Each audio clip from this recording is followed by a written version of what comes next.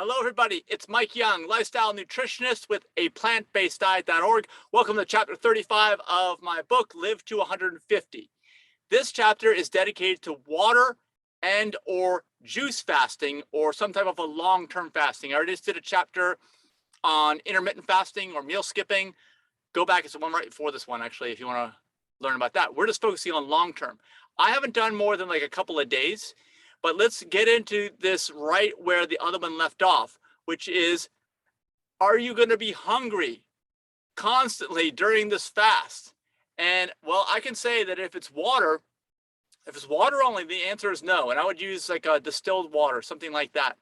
Super pure water. Do not use sink water or anything with chemicals or things like that in there. You just do not want to do that because it could be causing other problems.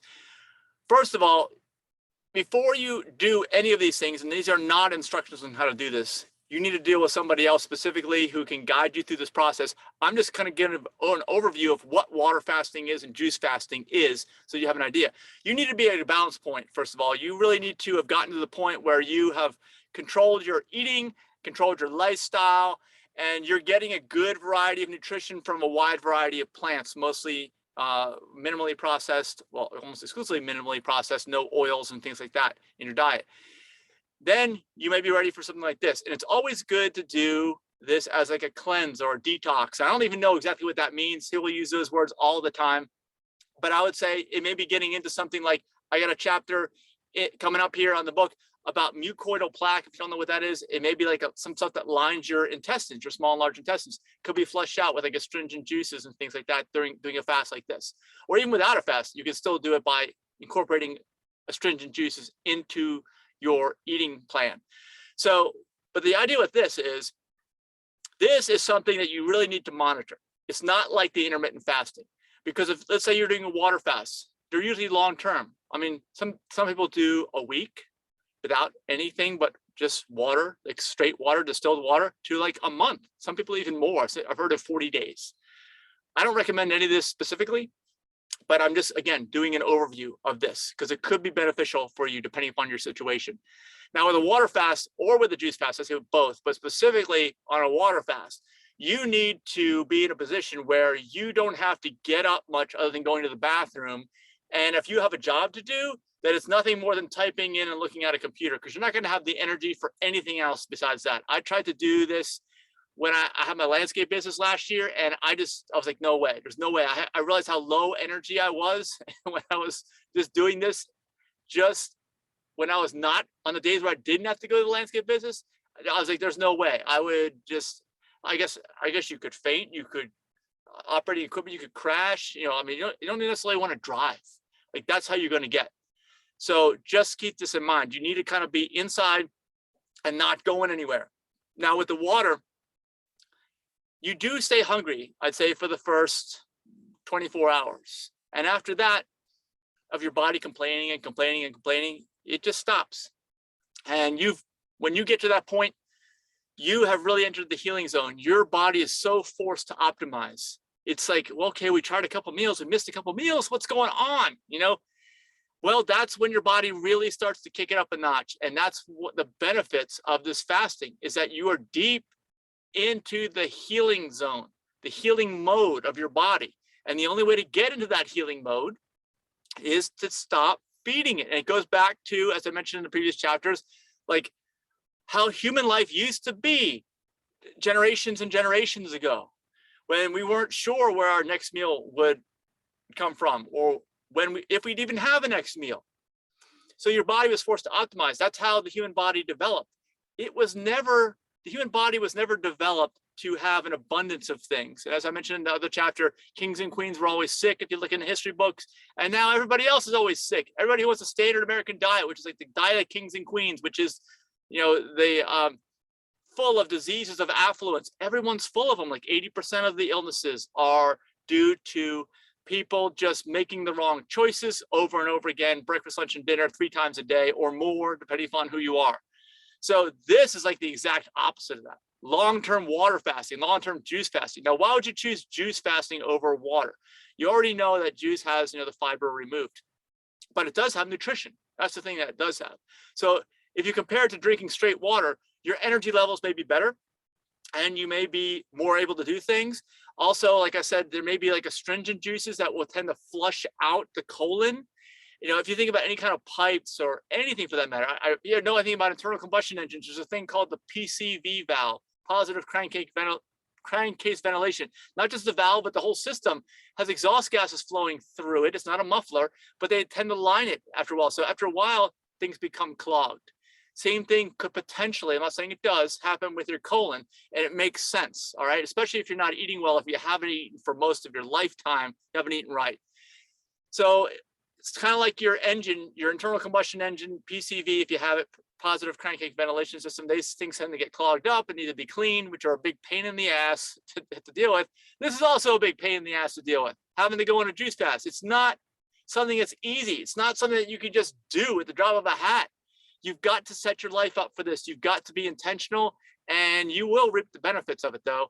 Just like cleaning up anything that is starting to clog needs to be done. So that's the benefit of the juices. The water may not be as good at cleaning out the colon. I don't know. I really can't tell you. I have a feeling the astringent juices would be better at cleaning out the colon. So in addition to going into the healing mode, like I said, with juices, you're gonna give yourself more nutrition. You're gonna feel more energy during the process to be able to continue with life, not have to take vacation days, which you may have to, depending upon what you do, or any of this for that matter.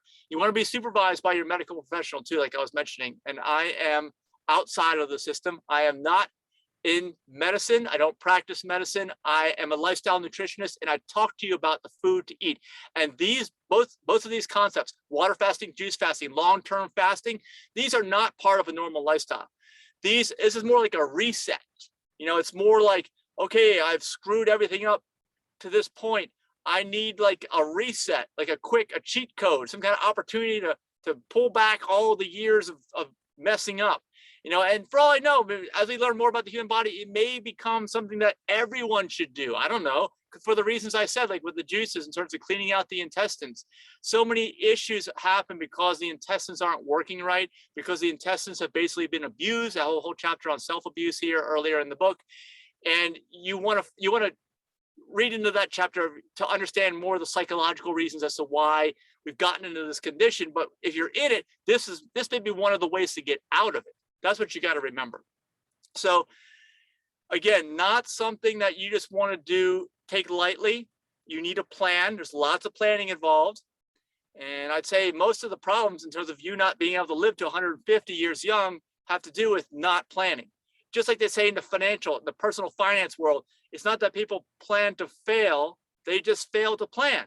The same is true with your entire life, quality of life, longevity, not just the quantity of years, but the quality of years. I said earlier in a chapter that if you focus on the quality, then you will automatically get the quantity by default. And of course, I'm not talking about somebody that just gets hit by a bus one day stepping off the curb. These freak things happen, but that's no reason to just throw caution to the wind and just do whatever, whenever. We already know how that ends up. 80% chance you're gonna be stuck with a one or more debilitating, painful, life-restricting diseases of affluence. That's what's going to end up happening. And even cancer is a disease. Remember that. It's just an out of balance. So much of this stuff is out of balance. You're putting the wrong fuel in. You wouldn't put diesel into your gasoline car, would you? Because that's basically what people are doing. And this is like a shortcut. Like I was saying, it's a long-term fast, but it's a shortcut, because if you can reverse things in like a week, 2, 3 weeks that have been building up for 20, 30 years, and that's a good thing, right? Now, let me know below in the comments if you have done water or juice fasting, what type of water you used, what type of juices you used, what type of results you had. If there's something I missed in this chapter, please let me know. Let me know the number of days too. Just put a number in there in the comments so I'll know how many days was your longest fast. And also tell me what the results were. Was it worth it?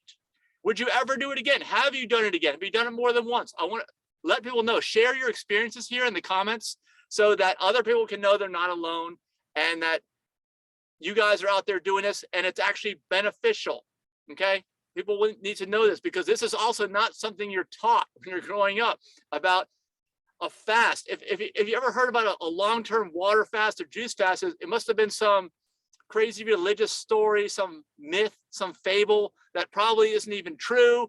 And like, why are these freaks doing this? They must, you know, it's kind of weird because that's the, you know, that's the side of the coin that these people get put on, is that when in reality, the people who do these fasts are probably way more intelligent than your average person and in a much better health spot. And I hope if you need to do these, or you do them, that you're in a spot with your health before that crisis happened. Because, you know, a lot of times there's two reasons why people will go over to this lifestyle: try to optimize health, go for longevity, quality of life, and also focus on the food.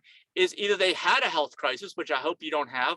That's the whole point of this V book, is so that nobody has to endure these health crises if they're unneeded, because most of them are, or you're just a really deep thinker. One of the two reasons is usually why somebody ends up in this space that you're in right now watching this video. So we're glad that you're here. And actually let me know too, if you had a health crisis, if you won't mind talking about it, or you're just a deep thinker. Is that why you're here? Let me know in the comments. We are on to the next chapter in just a minute, and make sure that you like the video too if you got some value out of it. And of course, subscribe to the channel. We'll see you in the next chapter. Bye-bye.